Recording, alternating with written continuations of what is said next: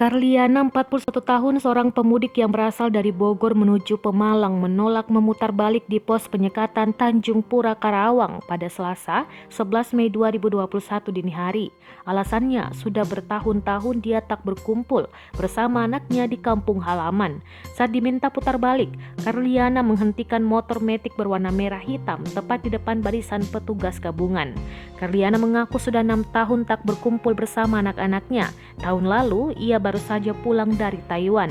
Meski sempat emosi dan beradu argumen, Karliana kemudian bersedia diajak menepi dan ditenangkan. Selain Polwan, Kasat Lantas Polres Karawang AKP Rizky Adi Saputro pun ikut menenangkan. Kepada Rizky, Karliana menceritakan alasan dia ngotot ingin mudik. Dengan berbagai pertimbangan, akhirnya Karliana diizinkan melanjutkan perjalanan secara lisan. Kepada awak media, Karliana bercerita bahwa sejak pulang sebagai TKI dari Taiwan, ia belum bisa berkumpul dengan seluruh anak-anaknya, terutama si bungsu yang duduk di bangku SMP dan mondok di pesantren. Karliana mengaku tak akan menyerah demi bisa berkumpul dengan anak-anaknya. Karliana juga menyebut ia tak bisa lagi kembali ke Taiwan lantaran negara tersebut menutup kedatangan tenaga kerja asing akibat pandemi COVID-19. Ia pun kini bekerja di Bogor. Apesnya, kata Karliana, kartu ATM dari salah satu bank di Taiwan miliknya terblokir. Untuk memulihkannya, Karliana harus kembali ke negara itu.